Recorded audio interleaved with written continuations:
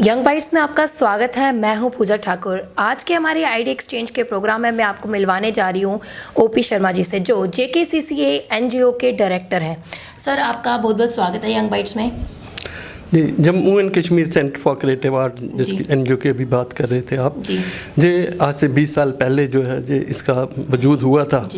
जो aim and objective of this NGO to promote art, culture and literature in the state. जी sir, जिस तरह से आप इस NGO के डायरेक्टर हैं, 20 इयर्स पहले आपने ये NGO बनाई थी या फाउंडर हैं आप इसके, तो शुरुआत क्या किया था, क्या सोचा था आपने कि जैसे क्रिएटिव आर्ट्स का ये है तो क्रिएटिविटी को आप ज़्यादा ढूंढते हैं, तो आप पेंटिंग भी काफ़ी अच्छे पेंटर भी रह चुके हैं, तो क्या कहेंगे आपका एज अ पेंटर का सिलसिला कैसे शुरू हुआ? देखिए, जब हम स्कूल में पढ़ते थे, मैट्रिक में भी हमारा जो ड्राइंग एक सब्जेक्ट होता था, तो मुझे बचपन से ही ड्राइंग एंड पेंटिंग का इंटरेस्ट था। उसके बाद जब हम कॉलेज में आए, कॉलेज में तो आर्ट सब्जेक्ट नहीं था। उसके बाद यहाँ पे हॉबी क्लासेस होती थी institute of music and fine arts Jammu में, तो वो मैंने ज्वाइन किया हॉबी क्लासेस, और वहाँ हम सीखते थे। तो वहाँ जाने से फिर वहाँ मैंने फॉर्मल ट्रेनिंग ली। हमारे जो बहुत ही सीनियर आर्टिस्ट थे, जैसे श्री TS बत्रा, वो हेड ऑफ द डिपार्टमेंट थे उस वक्त, तो मैंने वहाँ उनके अंडर सीखा। मैंने फोटोग्राफी और पेंटिंग जो है दोनों का वहाँ पर ट्रेनिंग लिया। तो 73 से लेके वो सिलसिला शुरू हुआ, और आज तक लगातार जो हमारी स्टेट आर्ट एग्जीबिशन होती है, मेरा पेंटिंग भी मैं उसमें भेजता हूँ, सिलेक्ट होती है, और फोटोग्राफी भी सिलेक्ट होती है। इसके साथ साथ हिंदुस्तान भर के बड़े दूसरी स्टेट के जो एग्जीबिशन हैं, चाहे यूपी स्टेट एकेडमी की हो, चाहे नेशनल एकेडमी ललित कला एकेडमी की हो, चाहे Indian academy of fine arts Amritsar की हो, चाहे जवाहर कला केंद्र जयपुर की हो, तो बहुत सी स्टेट में जो भी एग्जीबिशन होती है मैं वहाँ अपना काम भेजता हूँ। अगर हम आपकी ही बात करें, आपने कौन कौन से कंपटीशन में पार्टिसिपेट किया है? देखिए, जितनी भी मतलब हिंदुस्तान भर की लीडिंग जो भी एकेडमी हैं, उनके जो कंपटीशन है मैंने उनमें पार्टिसिपेट किया है। मुझे ऑल इंडिया अवार्ड अमृतसर से मिल चुका है पेंटिंग में। तो पार्टिसिपेशन तो पिछले मतलब 30 सालों से लगातार मेरी होती रही है। और इसके साथ साथ मैंने अपने सोलो शो, मेरे पेंटिंग और फोटोग्राफी के ना सोलो शो जो थे, जम्मू कला केंद्र और भी जितनी भी जगह हैं, जयपुर है, अमृतसर है, देहरादून है, तो वहाँ मैंने अपने ये सोलो शो भी किए हैं। अगर आपके NGO की बात की जाए, Jammu Kashmir centre for creative arts, किस तरह से ये काम करती है? और छोटे छोटे बच्चों की अगर बात की जाए, आज के यूथ की बात की जाए, उनके लिए किस तरह से ये काम करती है? देखिए, 20 साल पहले जब हमारा जब वजूद सेंटर फॉर क्रिएटिव आर्ट का हुआ, तो हमारा ये था कि गवर्नमेंट लेवल पे बहुत ज़्यादा एक्टिविटी नहीं होती है, उनके एक लिमिटेशन है, उनके फंड्स हैं की प्रॉब्लम रहती है। तो हमने चाहा कि हम जहाँ के जो बच्चे हैं, जो आर्टिस्ट हैं, उनमें टैलेंट बहुत है, ज़रूरत है उनको एक प्लेटफॉर्म देने की। तो हम ज़्यादा से ज़्यादा एक्टिविटी करें यहाँ, बल्कि पूरे हिंदुस्तान भर में, ताकि उन बच्चों का जो काम है बाहर की स्टेट के आर्टिस्टों को देखने को मिले, और उनको बच्चों को एक एक्सपोजर मिले आर्टिस्टों को, ताकि वो अलग अलग जगह जाके कंपटीशन जो है वो करें और ज़्यादा से ज़्यादा एक्टिविटी को बढ़ाएं। जी सर, जिस तरह से आपने ये NGO खोल JKCCA आपकी NGO है, तो कई कंपटीशन आपने इसमें करवाए हैं, नेशनल लेवल के, इंटरनेशनल लेवल के, उसके बारे में थोड़ा जानेंगे। देखिए, एक तो हम पिछले 4 सालों से हम हर साल एक इंटरनेशनल एग्जीबिशन यहाँ पे करते हैं कला केंद्र में।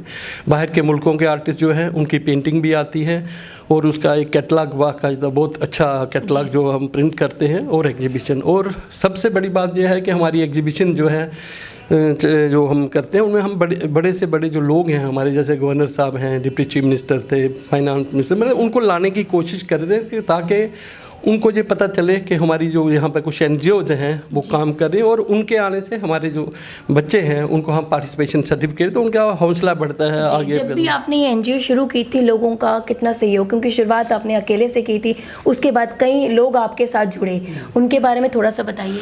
देखिए, जब हमने शुरू की, इसमें हम टोटल कोई 10-12 लोग थे। हमारे फॉर्मर डायरेक्टर जनरल कल्चर जनाब मोहम्मद यूसुफ टेंग साहब, और हमारी रियासत के सबसे बड़े आर्टिस्ट लो कौल जी, तो इनकी दोनों की गाइडेंस में हमने ये सिलसिला जो शुरू किया था। तो और हमारे कुछ साथी जो थे 8-10 लोग थे, तो हमने ये कहा ये करेंगे।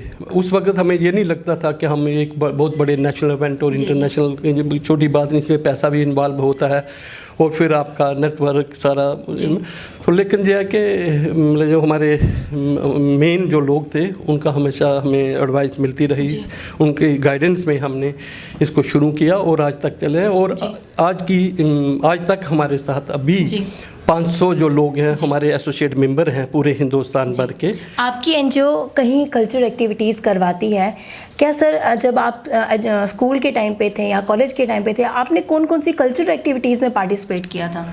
देखिए, मैं एक्चुअली शुरू से मुझे आर्ट के साथ ही ज़्यादा दिलचस्पी थी, तो और तो किसी में मैं स्कूल लेवल पे जा तो गेम में था, वॉलीबॉल खेलते थे, हॉकी खेलते थे, और ये अपने आर्ट के साथ था। मुझे पेंटिंग का हमारे एक टीचर थे, कटरा के थे वो, उनका नाम भी ओम प्रकाश शर्मा साहब, तो वो बहुत ही टैलेंटेड टीचर थे और बहुत ही अच्छे टीचर थे। तो उनकी गाइडेंस में हम ड्राइंग वगैरह जो थे, मतलब मार्गदर्शन उन्हीं से मिला था। रिसेंट आपके एनजीओ द्वारा कौन सा कंपटीशन करवाया गया है? देखो, इस साल आप अप्रैल के बाद की ही बात करें, अप्रैल से लेके आज तक हमारी 4 मेजर एग्जीबिशन हुई हैं, जिनमें एक इंटरनेशनल एग्जीबिशन हुई है और 3 जो है वो नेशनल एग्जीबिशन हुई है, जिनमें से 3 इवेंट जो है हमने कला केंद्र में किए और 1 इवेंट जो है वो Indian academy of fine arts Amritsar में किया। तो अभी इसके बाद हमारा है एक, अभी हम गोवा में कला अकेडमी गोवा में एक एग्जीबिशन करने जा रहे हैं, प्लान किया है हमने जनवरी में। उसके बाद रीजनल सेंटर ललित कला अकेडमी का है लखनऊ में, वो करने जा रहे हैं। और 2 पेंटिंग कैंप हमारे जो है वो हमारे हमने डिसाइड किए हैं, एक रजौरी में करना है और एक मानसर में करना है। ये जो भी जितने भी कंपटीशन आपके द्वारा किए जाते हैं, जम्मू कश्मीर के बच्चे बढ़ चढ़ के इसमें हिस्सा लेते हैं, तो क्या कहेंगे सर, अगर जम्मू के टैलेंट की बात की जाए, कितना टैलेंट उन बच्चों में है और आने वाले टाइम पे हम जम्मू कश्मीर के बच्चों को कहाँ देख सकते हैं? देखिए, जहाँ तक टैलेंट की बात है, मैं समझता हूँ कि जम्मू कश्मीर स्टेट किसी भी स्टेट से कम नहीं है। अभी तक जो नेशनल अवार्ड देती है गवर्नमेंट ऑफ इंडिया ललित कला अकेडमी से, अभी तक 9 लोगों को हमारी रियासत में नेशनल अवार्ड मिल चुका है। मैं समझता हूँ बहुत कम स्टेट ऐसी होंगी, मतलब जहाँ हमारे पास टोटल इस वक्त 120 के करीब आर्टिस्ट हैं जो काम कर रहे हैं। तो उसमें से 9 को नेशनल अवार्ड मिला है और ऑल इंडिया अवार्ड तो मुझे लगता है कोई 70 के आसपास लोगों को मिला है और स्टेट अवार्ड भी इसी। तो यहाँ पे टैलेंट बहुत है और जम्मू कश्मीर रियासत का आर्ट के फील्ड में खासकर बहुत बड़ा नाम है, चाहे वो कल्चर की बात करें, लिटरेचर की बात करें, तो कोई ऐसा फील्ड नहीं है जहाँ जम्मू कश्मीर के आर्टिस्टों को, राइटर को जाना नहीं जाता और उनका नाम है। सर, अगर जम्मू कश्मीर के बच्चों की ही बात करें, छोटे छोटे बच्चों की बात की जाए या बड़े बच्चों की बात की जाए, तो आज के टाइम पे कल्चरल एक्टिविटीज़ कितनी इम्पोर्टेंट है? देखिए, आज जब तक कल्चरल एक्टिविटी नहीं होगी, किसी भी बच्चे को में जो एक कॉन्फिडेंस जो आता है, वो जब एक प्लेटफॉर्म में, मैं अपनी ही बात करूं, जब मैं पहली बार स्टेज पे, मैं कल्चरल एकेडमी में रहा हूं, एग्जीबिशन ऑफिसर रहा हूं, कल्चरल ऑफिसर रहा हूं, डिप्टी सेक्रेटरी रहा हूं, तो मैं जब पहली बार स्टेज पे गया तो मेरी टांगें कांप रही थी, क्योंकि हमें जो आज बच्चों को मिल रहा है वो हमारे टाइम में नहीं था पॉसिबल। तो जो बच्चों को जब हम ट्रेनिंग देते हैं, चाहे वो आर्ट की है, लिटरेचर की है, जब थिएटर है, तो उनमें एक बहुत बड़ा कॉन्फिडेंस बिल्ड होता है फेस करने का।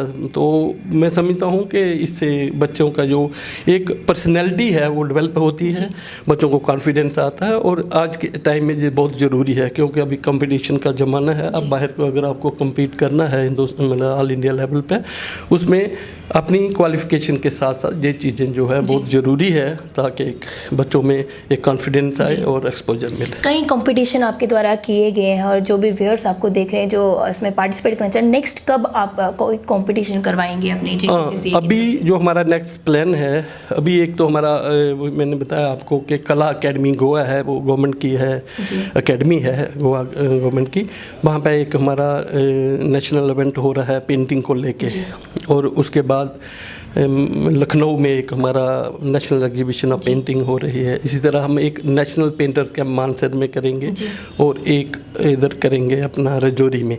तो इससे बाहर के जब आर्टिस्ट आते हैं और यहाँ के आर्टिस्ट एक साथ काम करते हैं, तो एक दूसरे को बहुत से नज़दीक से जानने का मौका मिलता है। अलग अलग आजकल बहुत सी टेक्निक्स में काम हो रहा है। पहले एक होता था, ऑयल पेंटिंग करते थे, बस वही एक मीडियम था। अब बहुत से मीडियम हैं, बहुत से टेक्निक्स हैं, बहुत, तो एक दूसरे को जानने का मिलता है। मैं आपको बताता हूँ बात कुछ साल पहले। यहाँ सोपुर एक जगह है कश्मीर में, वहाँ 2-3 लड़के जो थे वो पहली बार मेरे पास आए कि हमें पेंटिंग में कुछ दिखानी है आपको। मैंने देखा कि मुझे लगा काम अच्छा, हमने उनको थोड़ा सा जब लाइमलाइट में लाया, और आज की डेट में उनमें से 2 को स्टेट अवार्ड मिल चुका है। मतलब टैलेंट उनमें था। तो सोपुर के 2 लड़के थे, तो जब उनको हमने एक प्लेटफॉर्म दिया और मतलब कैंप्स में बुलाया, उनको एग्जीबिशन में पार्टिसिपेट, तो आज उनको दोनों को स्टेट अवार्ड मिल चुका है और अच्छा नाम उन्होंने हमारी रियासत का जो है वो अब हर जगह बुलाए जाते हैं। आर्ट, कल्चर एंड लैंग्वेजेस को आप बढ़ावा देते हैं। अगर डोगरी लैंग्वेज की बात की जाए, उसके लिए किस तरह से आप बढ़ावा दे रहे हैं आज? जैसे अभी हम बच्चों को प्रमोशन की बात करते हैं, जैसे हम डोगरी लैंग्वेज की बात करते हैं, उसमें हम बच्चों के म्यूजिक सिंगिंग कंपटीशन कराते हैं बच्चों का। मतलब उसमें खासकर हमारी प्रायोरिटी रहती है कि डोगरी पे ही ज़्यादा स्ट्रेस दिया जाए, क्योंकि जो हमारी मातृभाषा है। तो वो जो अपने बच्चे आते हैं, वो कंपटीशन होता है उनका, जो बेस्ट बच्चे होते हैं उनको हम ट्रॉफीज़ वगैरह, अवार्ड वगैरह देते हैं। तो इसी तरह से बच्चों को एक सिलसिला मिलता है कि आगे बढ़ने का और आगे ज़्यादा से ज़्यादा एक्टिविटी में पार्टिसिपेट करने का। जी सर, हमारे माध्यम से जो भी दर्शक आपको देख रहे हैं, जो भी व्यूअर्स आपको देख रहे हैं, चाहे छोटे छोटे बच्चे ही आपको देख रहे हैं, क्या मैसेज देना चाहेंगे आप अपनी एनजीओ की तरफ से? देखिए, हमारी जो एनजीओ है, कोई भी आर्टिस्ट जो है, कोई बच्चा जो है, हमारे साथ आके ज्वाइन कर सकता है। हमारा तो मेन मकसद यही है कि ज़्यादा से ज़्यादा आर्टिस्टों को एक प्लेटफॉर्म दिया जाए, ज़्यादा से एक्टिविटी जो बढ़ाई जाए। तो हमारे जो दरवाजे हमेशा इस सेंटर के खुले हैं, जो भी आए हम उनको ज़्यादा, जो हमारे कॉम्पिटेंस में हैं, ज़्यादा से ज़्यादा उनको एक्टिविटी में इन्वॉल्व करेंगे। पार्टिसिपेशन की आपने बात की है, सिर्फ आर्टिस्ट ही कर सकते हैं या और भी कोई कर सकते हैं? नहीं, एनीबॉडी। मतलब इसमें कोई ज़रूरी नहीं कि स्टूडेंट हो, जो आर्टिस्ट हो। अब कुछ ऐसे लोग हैं वो उनको कभी मौका नहीं मिला, लेकिन टैलेंट उनके पास है। आने वाले टाइम पे जो आप कंपटीशन करवा रहे हैं, वो कब करवा रहे हैं? जो व्यूअर्स आपको देख रहे हैं, जो पार्टिसिपेट करना चाहते हैं, उन्हें बता दीजिए। देखो, फरवरी में हम यहाँ पे कल्चरल एकेडमी में ये करेंगे एक म्यूज़िक सिंगिंग कंपटीशन बच्चों का। उसमें हम सिर्फ जो हमारे नए बच्चे हैं 12th क्लास तक जो पढ़ते हैं उन्हीं को लाएंगे, सिंगिंग कंपटीशन में उनको लाएंगे। और यहाँ पे प्रोग्राम होगा, बच्चों में जो बच्चे अच्छे होंगे उनको थोड़ा इनकरेज भी किया जाएगा। तो ये हमारा जुड़ने के लिए। तो ये थे हमारे साथ ओपी शर्मा जी। काफ़ी अच्छा मैसेज इन्होंने आप व्यूअर्स के लिए दिया, और साथ ही साथ ये भी कहा कि आने वाले टाइम में फरवरी में जो बच्चे सिंगिंग में इंटरेस्टेड हैं उनके लिए ये कंपटीशन जो है इनके एनजीओ द्वारा कराया जाएगा। तो आप भी बढ़ चढ़ के इसमें हिस्सा लीजिए। मुझे दीजिए ज़्यादा वीडियो जर्नलिस्ट अभिषेक के साथ। नमस्कार।